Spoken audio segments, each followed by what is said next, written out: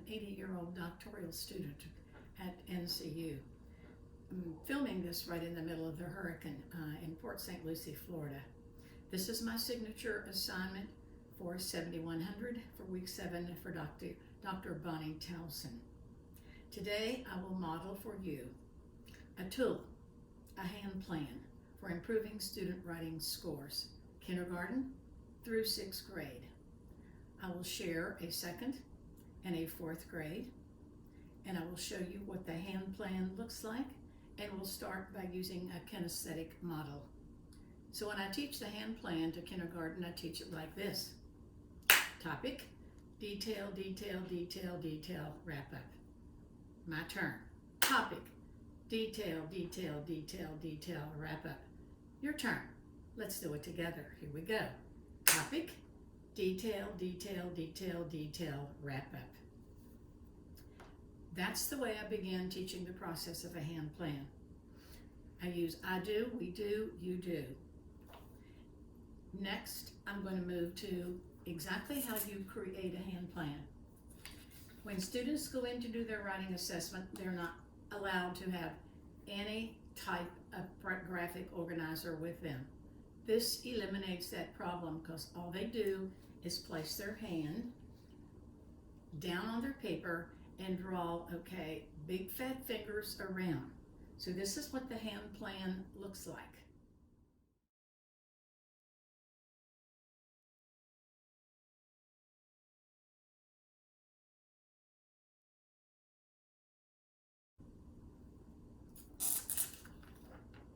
Now I will show you a 2nd grade that was created by a 2nd grade.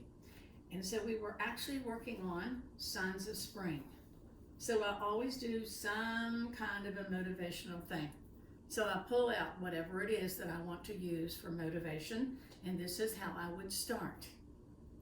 Then we would move into each of us, each student, doing their own hand plan. This one.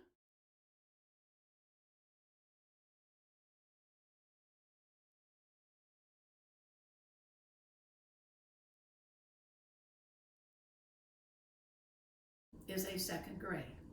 And so that you can see, this is paragraph number 1. She's writing about signs of spring. This is paragraph number 2. She's going to write about how the clothes changes. This is the next paragraph, this is 3. It's the changes in animals.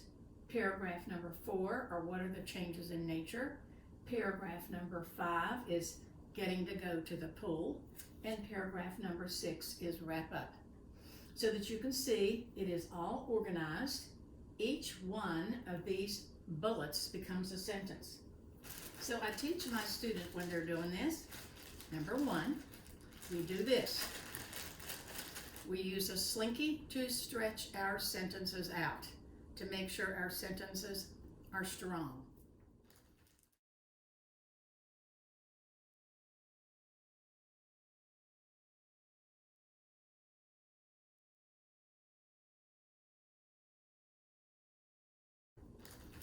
We use a hamburger to make certain we have enough details.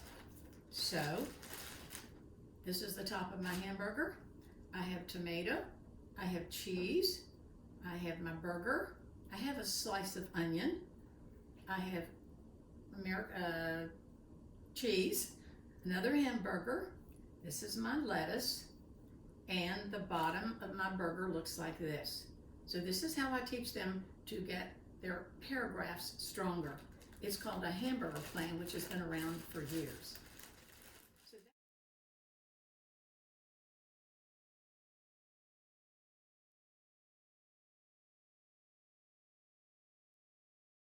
So that is an example of a 2nd grade. Take a good look at it. See what it looks like. Here is her introduction. Here is her hook.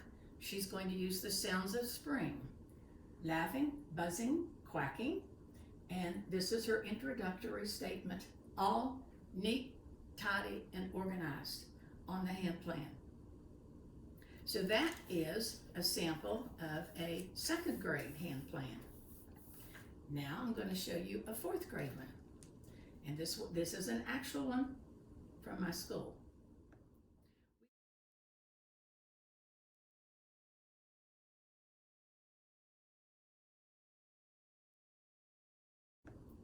We do a lot of work in our county because it's very rural, on farm to community, making projects at the middle school. So to get my kids motivated and excited about this, then what I will do is I will bring in samples of vegetables. Many children do not realize that these actually grow in a garden. So I will show them potatoes, radishes, carrots, pull it out.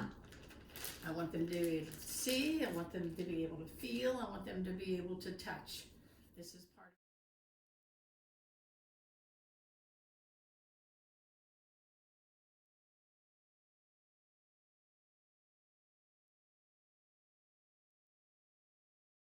This is part of brain research.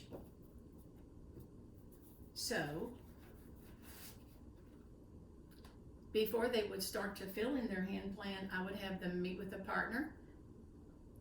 7 up, stand up, partner, pair, and share. Okay, how they are going to put together their ideas.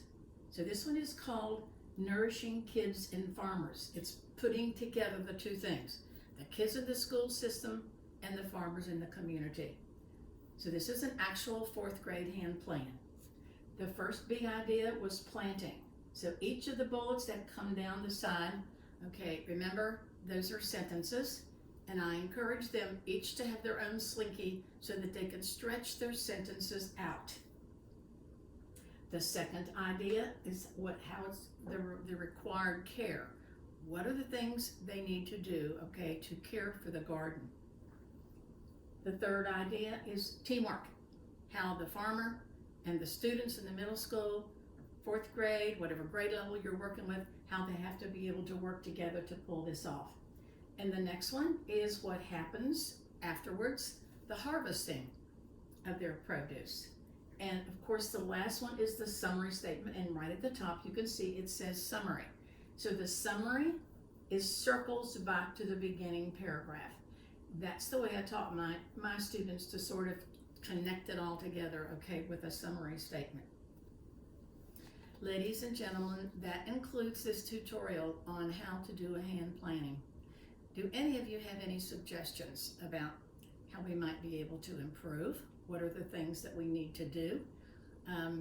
What are some resources that we might be able to use? And one of my favorite resources that helps me with motivation is Dave Burgess. I'm not doing this as a commercial for him, but I have gotten enormous ideas from him on how I can make my teaching in the classroom more exciting. So this is what we did today, okay?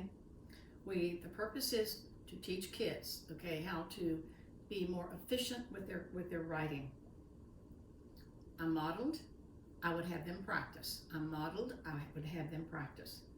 And then I would wrap it up by having them 7 up, stand up, partner up. Tell your partner the steps that you learned today.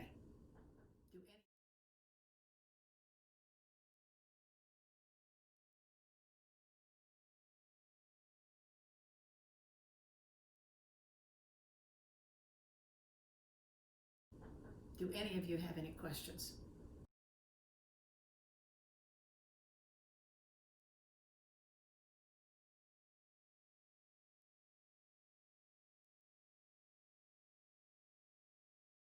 Thank you for your time and your interest. I'm Jan McNeil, 80-year-old doctoral student at NCU. I'm just finishing up my first class, and it has been a real thrill to be able to be my age and do this. Thank you.